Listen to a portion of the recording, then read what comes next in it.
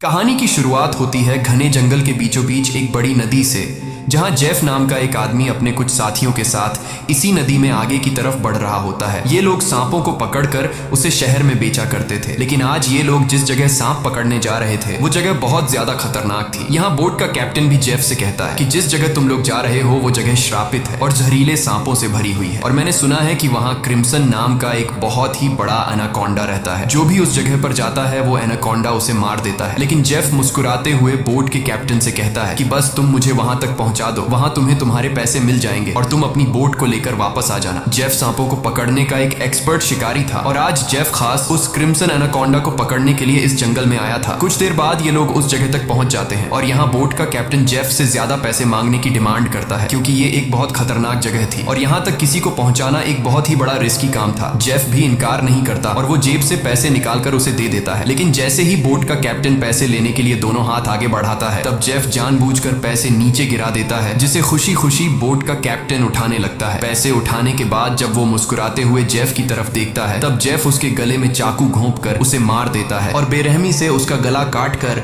नदी के पानी में उसका सिर फेंक देता है। ये सब कुछ नदी के किनारे खड़े जेफ के साथी भी देख रहे थे। जेफ को ऐसा करते देखकर वो दोनों बहुत ज्यादा डर जाते हैं। इसके बाद जेफ अपने दो साथियों के पास आता है और उनसे कहता है कि अगर तुम दोनों ने भी मुझे धोखा देने की कोशिश की तो तुम्हारा भी यही हाल होगा। इसके बाद ये तीनों जंगल में आगे बढ़ते हुए एक जगह पर पहुंचते हैं, जहां उन्हें सांपों की एक बड़ी मूर्ति दिखाई देती है और ये देखते हुए जेफ कहता है तो आखिर क्रिम्सन एनाकोंडा की कहानी सच थी। दूसरी तरफ जेफ के साथियों को बहुत सारे सांप मिल जाते हैं, जिन्हें देखकर वो भी बहुत ज्यादा खुश हो जाते हैं। इसके बाद ये दोनों जल्दी से सभी सांपों को पकड़कर बैग में बंद करने लगते हैं, जबकि जेफ इन छोटे सांपों पर ध्यान नहीं देता और वो इस जंगल के सबसे बड़े सांप, जिसका नाम क्रिम्सन एनाकोंडा है, उसे ढूंढने लगता है। अब इन दो साथियों ने जो सांप कपड़ों के बैग में भर दिए थे, उन सांपों को अकेले एक साथी बोट तक लेकर आता है। वो देखता है कि जेफ ने जिस आदमी का गला काटकर पानी में फेंक दिया था, उसकी सर कटी लाश कुछ दूरी पर पानी में खड़ी है। ये देखकर उसे अपनी आंखों पर यकीन नहीं आया। तभी वो लाश अचानक पानी में डूब गई और तैरते हुए एक बड़ी सी चीज तेजी से उसकी तरफ बढ़ने लगी। वो आदमी डर के मारे तेजी से जंगल की तरफ भागने लगता है, लेकिन तभी बिजली की रफ्तार से एक बहुत ही बड़ा एनाकोंडा उसे जकड़ लेता है। वो एनाकोंडा उस आदमी की बॉडी पर लिपटकर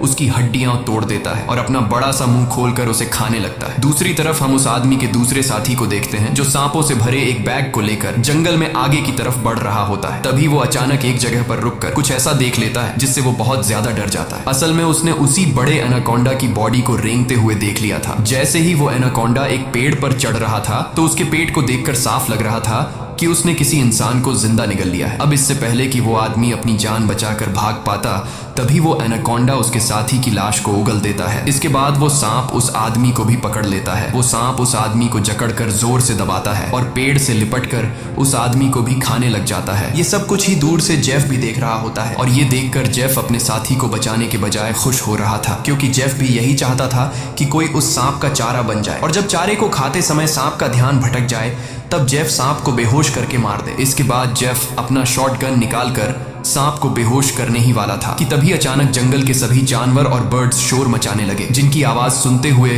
वो एनाकोंडा अपने शिकार को ऐसे ही छोड़कर चला जाता है। आखिर कुछ तो ऐसा था जिससे जंगल के सभी जानवर डर रहे थे। अब यहाँ सीन कट होता है और हमें एक सर्कस शो दिखाया जाता है। ये सर्कस अब बंद होने के कगार पर था। कोई भी इस सर्कस को देखने का इंटरेस्ट नहीं रखता था। यहाँ सर्कस के मालिक के पास बिली यांग नाम का एक लड़का आता है, जो सर्कस के मालिक को पैसों से भरा हुआ एक सूटकेस देकर सर्कस में काम करने वाले सभी लोगों को खरीद लेता है, क्योंकि उसने थाईलैंड जाकर एक नया सर्कस खोलने का प्लान बनाया हुआ था। सर्कस के लोग बिली यांग के पास इतने सारे पैसे देखकर परेशान हो जाते हैं, क्योंकि आज से कुछ साल पहले बिली यांग बहुत गरीब हुआ करता था। वो भी इन लोगों के साथ मिलकर सर्कस में काम किया करता था, लेकिन पता नहीं कि बिली यांग अब कौन सा ऐसा काम करने लगा जिससे वो रातों रात इतना अमीर हो गया। अगली सुबह बिली यांग बोट के जरिए सभी लोगों को थाईलैंड ले जाने का प्लान बनाता है। अब क्योंकि बिली यांग ने इन सभी लोगों को खरीद लिया था, इसलिए ये सभी उसकी बात मानकर बोट में बैठ जाते हैं और बोट का कैप्टन बोट को चलाने लगता है। रास्ते में बिली यांग बाथरूम में छिपकर किसी को कॉल करता है और कॉल पर वो सामने वाले से कहता है कि डिलीवरी तैयार है, जल्द ही मैं इन लोगों को लेकर तुम्हारे पास पहुंच जाऊंगा। बिली यांग की इन बातों से हमें पता चलता है कि वह बोट पर मौजूद लोगों के साथ कुछ गलत करने वाला है। कुछ दूर आगे जाने के बाद ये लोग देखते हैं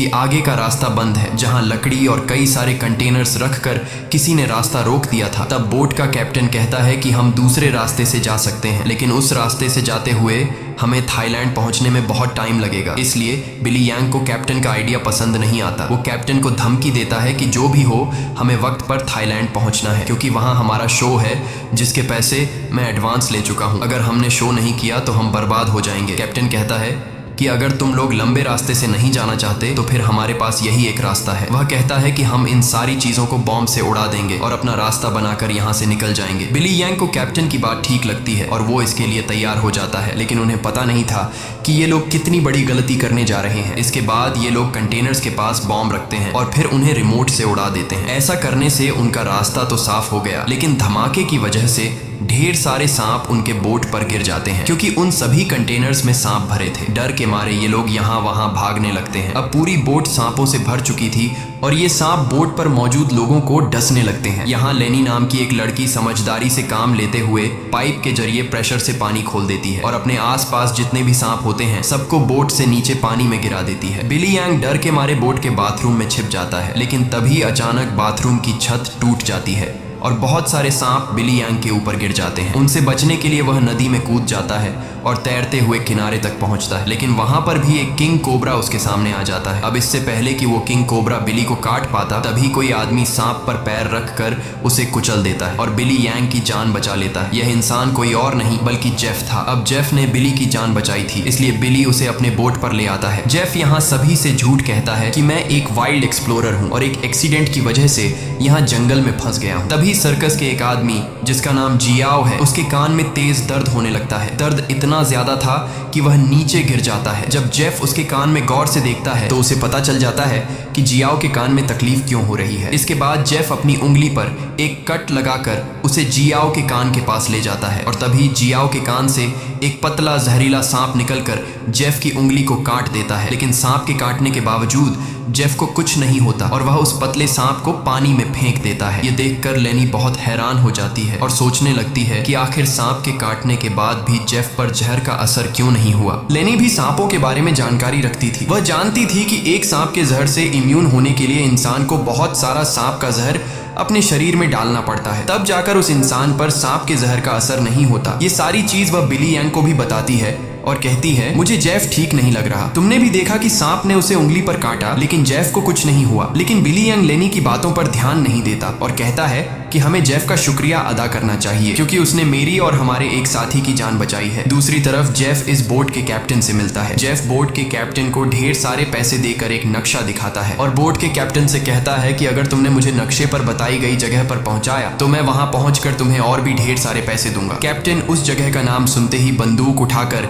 जेफ पर तान देता है। वह कहता है कि अगर दोबारा तुमने वहां जाने की बात की तो मैं तुम्हें गोली मार दूंगा। दरअसल कैप्टन भी उस जगह के बारे में जानता था कि वहां एक बहुत ही खतरनाक क्रिम्सन नाम का एनाकोंडा रहता है। यह सुनकर जेफ वहां से चला जाता है। कैप्टन बोट में बैठकर मछलियां पकड़ने लगता है, लेकिन तभी हम देखते हैं कि कैप्टन जिस फिशिंग रॉड से मछलियां पकड़ रहा था वह फिशिंग रॉड नीचे से कोई जोर से खींचता है, जिसकी वजह से वह फिशिंग रॉड कैप्टन के हाथ से छूटकर नीचे गिर जाती है। अब कैप्टन उस फिशिंग रॉड को उठाने के लिए नीचे झुकता है, लेकिन तभी उसे कोई पानी में नीचे खींच लेता है। दरअसल कैप्टन को किसी और ने नहीं बल्कि जेफ ने पानी में नीचे खींचा था। कैप्टन को मारने के बाद जेफ कैप्टन की बॉडी को उस जंगल में मौजूद एनाकोंडा को बुलाने के लिए चारे के तौर पर इस्तेमाल करता है। कुछ देर बाद सभी कैप्टन को ढूंढने लगते हैं, लेकिन बोट का कैप्टन उन लोगों को कहीं पर भी नहीं मिलता। लेनी को जेफ पर शक होने लगता है कि कहीं जेफ ने उसे मार तो नहीं दिया। वह जेफ से पूछती है कि कैप्टन कहाँ है, लेकिन जेफ कहता है कि मुझे कैप्टन के बारे में कुछ भी नहीं पता। वह यह भी कहता है कि यह जंगल है, यहाँ इंसानों का गायब होना आम बात है। तभी अचानक पूरे जंगल में एक अजीब सा शोर छा जाता है। जंगल के सभी परिंदे और जानवर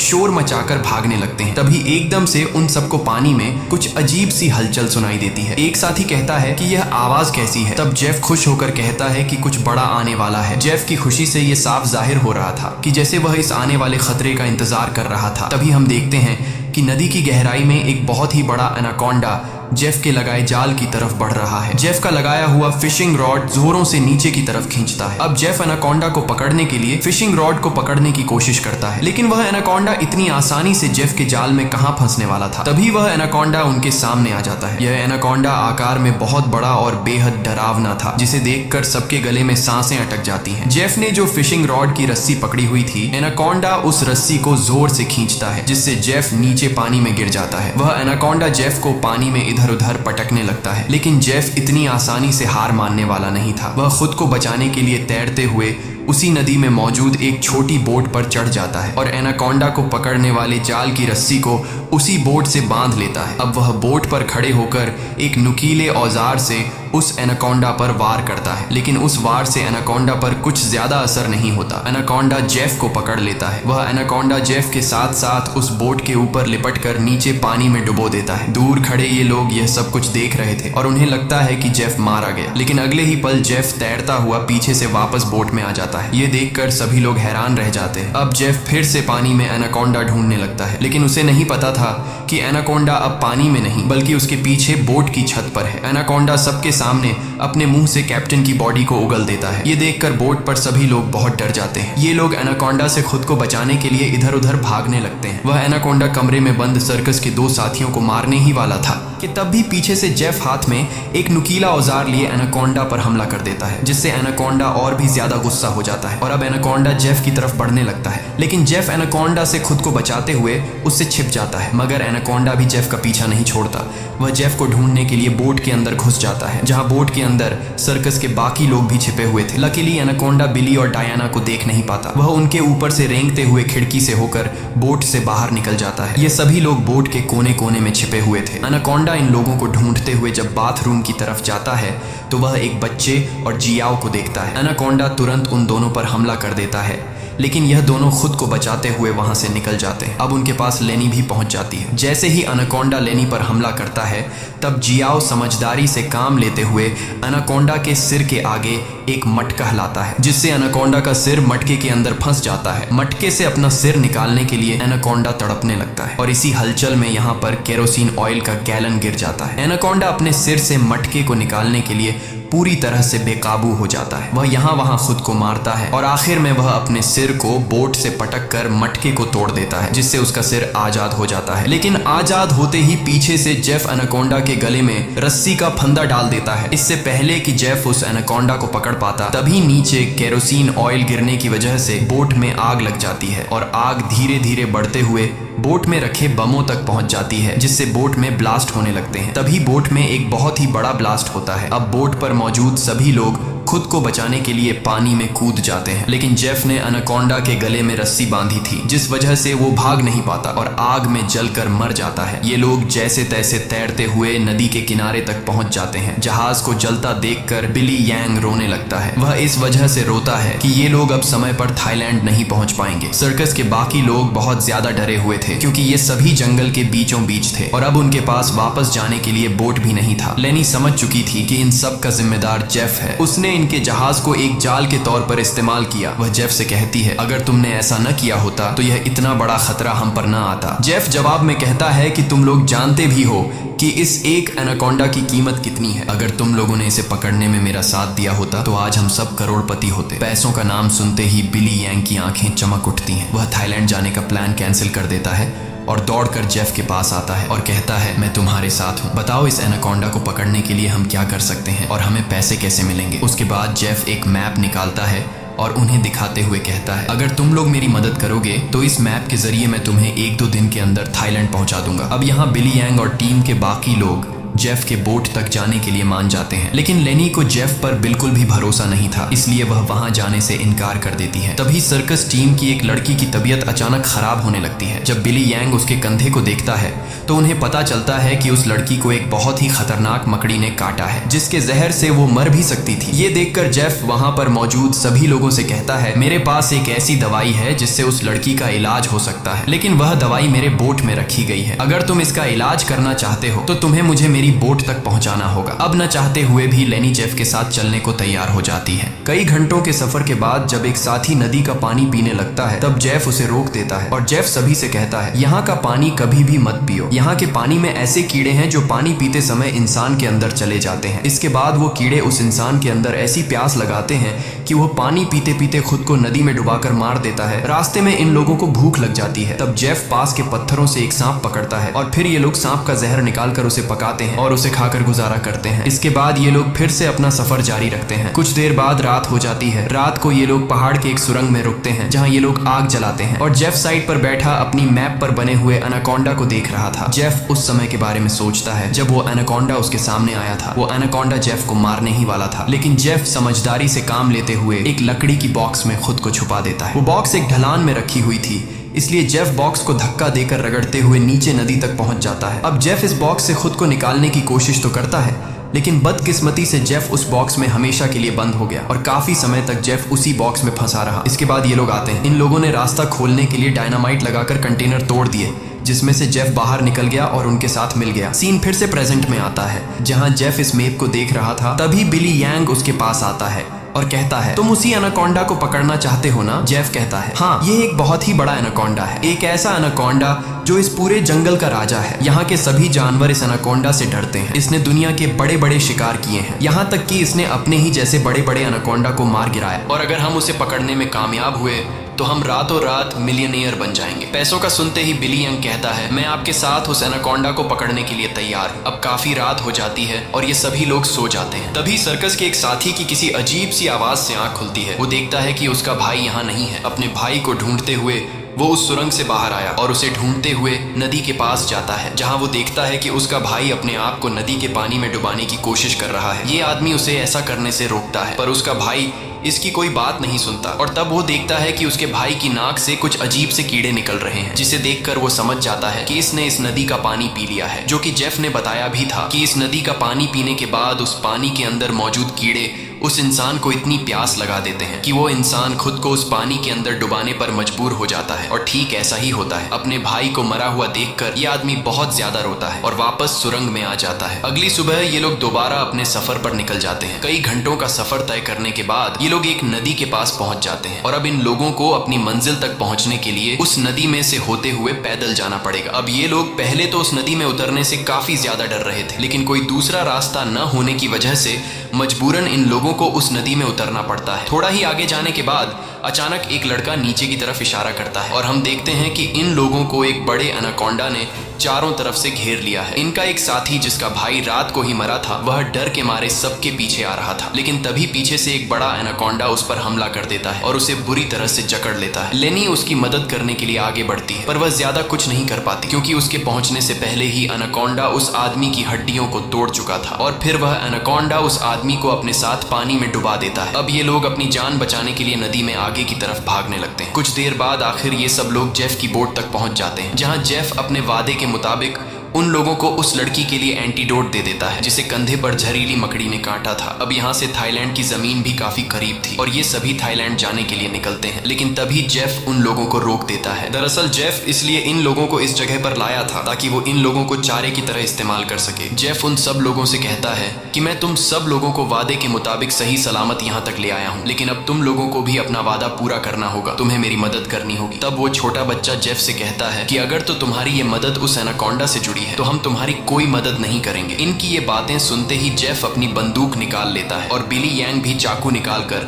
उसका साथ देने लगता है। बिली यांग सभी से कहता है कि जेफ जो भी कह रहा है तुम्हें उसकी बात माननी चाहिए। यहाँ लेनी कहती है कि तुम लोग पागल तो नहीं हो गए हो, उस एनाकोंडा को पकड़ना बहुत मुश्किल है, क्यों तुम लोग अपनी जान से हाथ धोना चाहते हो? जेफ कहता है, हाँ तुम ठीक कह रही हो, उस एनाकोंडा को पकड़ना मुश्किल तो है पर नामुमकिन नहीं, क्योंकि उस एनाकोंडा को खाते हुए जब उसका ध्यान भटक जाए तब उसे पकड़ा जा सकता है। उसके बाद बिली यांग और जेफ सर्कस टीम के 2 लोगों को रस्सी से बांधकर सांप का चारा बनाते हैं। वह बच्चा बिली यांग से कहता है, तुम ऐसा क्यों कर रहे हो? सोचो अगर हम लोग मर गए तो तुम्हारी सर्कस में कौन परफॉर्म करेगा? ये सुनकर बिली यांग जोर जोर से हंसने लगता है और उस बच्चे से कहता है कि क्या तुम लोगों ने कभी सोचा नहीं कि मैं इतनी जल्दी कुछ ही सालों में इतना अमीर कैसे हुआ? अरे पागलो, मैं तुम लोगों को थाईलैंड में सर्कस के लिए थोड़ी लेके जा रहा था। मैं तो तुम्हारी बॉडी के ऑर्गन्स को बेचकर बहुत सारा पैसा कमाने वाला था और यही मेरा मेरा बिजनेस है, लेकिन अब देखो मैंने अपना प्लान चेंज कर दिया। अब मैं जेफ के साथ मिल गया हूँ क्योंकि मैं जानता हूँ कि तुम्हारे बॉडी पार्ट्स से भी ज्यादा पैसे मुझे ये एनाकोंडा दे सकता है। दूसरी तरफ जेफ ने उन 2 लड़कियों को भी बांध दिया था और अब वो एक लड़की से बदतमीजी करने लगा था। अब यहाँ वो लड़की समझदारी से काम लेते हुए ऐसा दिखाती है कि वो जेफ का साथ देना चाहती है। जेफ उसकी चाल को समझ नहीं पाता। वो लड़की जेफ के करीब आकर जेफ के बालों में हाथ मारने लगती है और मौका मिलते ही वो लड़की जेफ की पॉकेट से गन निकालकर जेफ पर तान देती है। अब वो लड़की जैसे ही जेफ को शूट करती है तो बंदूक से गोली नहीं चलती क्योंकि उसको बंदूक का लॉक खोलना नहीं आ रहा था। अब जेफ गुस्से में आकर उससे बंदूक छीन लेता है और उसी लड़की पर तान कर उसे मारने ही वाला होता है कि तब तक लेनी ने भी खुद को आजाद कर लिया था और वो एक शीशे के नुकीले टुकड़े से जेफ के पेट पर वार करती है। अब जेफ लेनी को धक्का देकर पीछे धकेल देता है, लेकिन तब वो दूसरी लड़की भी जेफ पर हमला कर देती है और पीछे से लेनी भी जेफ से बंदूक छीनने की कोशिश करती है। इसी हाथापाई में गोली चलने की आवाज आती है, लेकिन पता नहीं चल पाता कि ये गोली किसको लगी। दूसरी तरफ हम उन 2 लोगों को देखते हैं जिन्हें बिली यांग ने एनाकोंडा के लिए चारा बनाया था। वो दोनों बेचारे डर के मारे तड़प रहे होते हैं। कुछ देर बाद एक बड़ा सा एनाकोंडा उन दोनों को खाने के लिए धीरे धीरे उनकी तरफ बढ़ने लगता है, जबकि दूर खड़ा बिली यांग मजे से ये सारा नजारा देख रहा था। बिली यांग इंतजार में था कि कब वो एनाकोंडा उन पर हमला करेगा और मैं रस्सी को खींचकर उस एनाकोंडा को पकड़ लूंगा। लेकिन वो ये नहीं जानता था कि जहां पर वो खड़ा है ठीक उसके ऊपर से एक दूसरा एनाकोंडा उस पर हमला करने के लिए आगे बढ़ रहा है। अब इससे पहले कि बिली यांग उस एनाकोंडा को देख पाता, वो एनाकोंडा उसके काफी करीब पहुंच जाता है और वो एनाकोंडा बिली यांग पर हमला करके उसे अपने साथ उठाकर ले जाता है और तब बिली यांग के हाथ से रस्सी छूट जाती है, जिससे एनाकोंडा का चारा बने हुए 2 लोगों को जाल कवर कर लेता है, जिससे उनकी जान बच जाती है। दूसरी तरफ जेफ उस लड़की को मारने की कोशिश करता है, लेकिन लेनी पीछे से आकर जेफ को एक बड़ी लकड़ी से सिर पर मारकर बेहोश कर देती है। जेफ के बेहोश होते ही ये दोनों भागते हुए अपने 2 साथियों के पास पहुंच जाती हैं और उन्हें जाल से आजाद कर लेती हैं। लेकिन बदकिस्मती से जेफ को होश आ गया था और वो उनकी तरफ बढ़ने लगा, लेकिन तभी एक बड़ा सा एनाकोंडा आकर जेफ को ले जाता है। ये लोग अब जल्दी से यहाँ से निकलने की तैयारी करते हैं, लेकिन उनकी एक साथी चलने के लायक नहीं थी क्योंकि जेफ और उन लड़कियों के बीच हाथापाई के दौरान जो गोली चली थी वो गोली उस लड़की को लगी थी। कुछ देर बाद वो लड़की उनकी नजरों के सामने दम तोड़ देती है। अब बचे हुए 3 लोग अपनी जान बचाने के लिए जेफ की बोट में बैठकर नदी से होते हुए यहाँ से निकलने लगते हैं, लेकिन तभी पीछे से जियाओ को कोई चीज लगती है। जब वो कंधे से उस चीज को उतार कर देखता है तो उसे पता चलता है कि ये एक बेहोशी वाला इंजेक्शन है। कुछ ही सेकंड बाद जियाओ बेहोश हो जाता है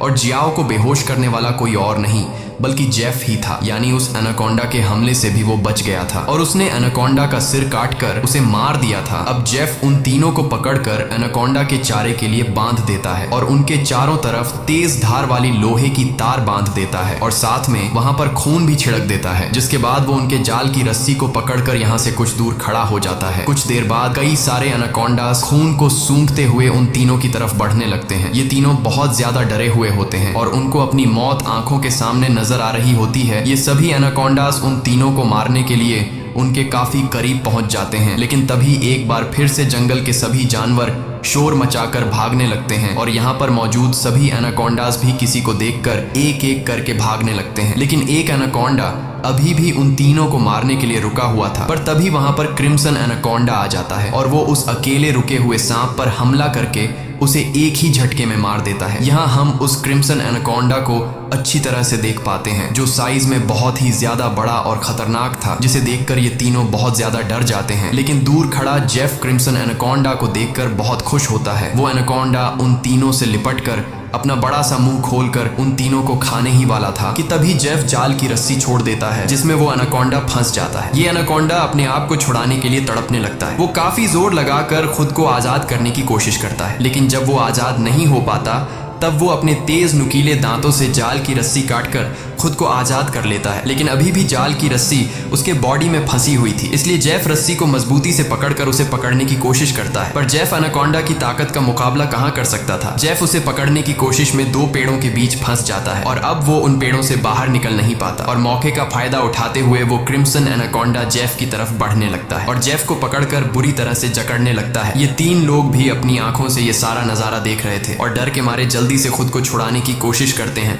क्योंकि उन्हें पता था कि जेफ के बाद उनकी बारी है। ये लोग खुद को छुड़ाने का हर मुमकिन तरीका अपनाते हैं, लेकिन ये लोग उस जाल से निकल नहीं पाते। तभी वो छोटा लड़का अपने आप को बचाने के लिए अपने दांतों से जाल की रस्सी काटने में लग जाता है और काफी कोशिश के बाद वो रस्सी का कुछ हिस्सा काट लेता है। अब थोड़ी ही रस्सी बची थी, इसलिए वो अपने दांतों की पूरी ताकत लगाकर रस्सी को काटने लगता है, जिससे उसके दांतों से खून आने लगता है। यहाँ क्रिम्सन एनाकोंडा जेफ को बुरी तरह से जकड़ लेता है और वो जेफ को दबाकर उसकी हड्डियां तोड़ने लगता है, जिसके बाद वो क्रिम्सन एनाकोंडा जेफ को भी जिंदा निगल लेता है। दूसरी तरफ वो बच्चा अपने दांतों से रस्सी तोड़ने में कामयाब हो जाता है और वो उन दोनों को भी आजाद कर लेता है और ये लोग नदी की तरफ भागने लगते हैं।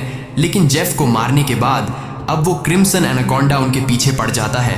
ये दोनों एक पेड़ के पीछे छिप जाते हैं, जबकि वो बच्चा एक लकड़ी के बॉक्स के अंदर खुद को छिपा लेता है, पर एनाकोंडा उसे देख लेता है और अब वो एनाकोंडा धीरे धीरे उस बच्चे की तरफ बढ़ने लगता है। बच्चा पूरा जोर लगाकर उस कंटेनर से बाहर निकलने की कोशिश करता है, लेकिन उस कंटेनर के दूसरी तरफ का दरवाजा बंद था। वो बच्चा चिल्लाकर उन दोनों से मदद के लिए पुकारता है और वो एनाकोंडा भी अब बच्चे के काफी करीब आ चुका था। अब इससे पहले कि एनाकोंडा उस बच्चे को मार पाता, तभी बाहर से जियाओ कंटेनर का दरवाजा तोड़कर उस बच्चे को बचा लेता है।